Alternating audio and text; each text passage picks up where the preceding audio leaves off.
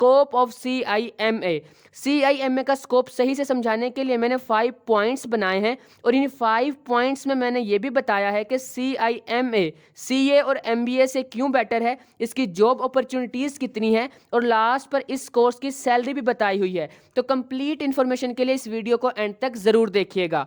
Number 1, internationally recognised. CIMA UK की डिग्री है जो कि ग्लोबली रिकग्नाइज्ड है। मींस इस कोर्स को करने के बाद आप पूरी वर्ल्ड में जॉब कर सकते हैं और 180 कंट्रीज में ऑलरेडी CIMA मेंबर्स काम कर रहे हैं। Number 2, degree of CIMA and CGMA। अगर आप CIMA के सारे पेपर्स पास करते हैं और 3 इयर्स की ट्रेनिंग भी करते हैं तो आपको CIMA के साथ CGMA की डिग्री भी मिलती है और CGMA की डिग्री की वजह से इस कोर्स की डिमांड आउटर कंट्रीज में और भी ज़्यादा हो जाती है।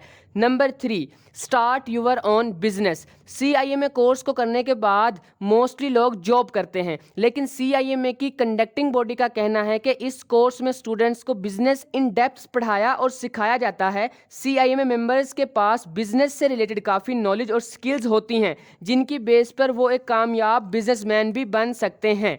Number 4, CIMA is better than CA and MBA। अगर सिंपल वर्ड्स में बताऊं तो एक CA के पास एनालिटिक स्किल्स एंड नॉलेज होता है और एक MBA के पास स्ट्रेटेजिक डिसीजन मेकिंग एबिलिटी होती है, लेकिन एक CIMA के पास ये दोनों चीज़ें होती हैं। इसी तरह CIMA के जॉब एरियाज CA से ज़्यादा हैं और इसीलिए इसकी जॉब अपॉर्चुनिटीज़ भी ज़्यादा हैं। Number 5, easy entry route and no grouping system. I think CA के अलावा ये एक ऐसा कोर्स है जिसे आप 10th के बाद भी कर सकते हैं और किसी भी स्ट्रीम में इंटर या ग्रेजुएशन करने वाले स्टूडेंट भी CIMA कोर्स कर सकते हैं और इस कोर्स में कोई पेपर ग्रुपिंग सिस्टम भी नहीं होती। मींस दूसरे कोर्सेज में अगर आप 4 पेपर्स का ग्रुप है और आप 3 पेपर्स में पास हो जाते हैं और 1 पेपर में फेल हो जाते हैं तो आपको पूरे ग्रुप के पेपर्स दोबारा देने होते हैं, लेकिन CIMA में ऐसा कुछ नहीं होता। इस कोर्स में आपके जो पेपर्स पास हो जाते हैं उनको पास ही कंसिडर किया जाता है और जिस पेपर में आप फेल होते हैं सिर्फ वही पेपर दोबारा देना होता है।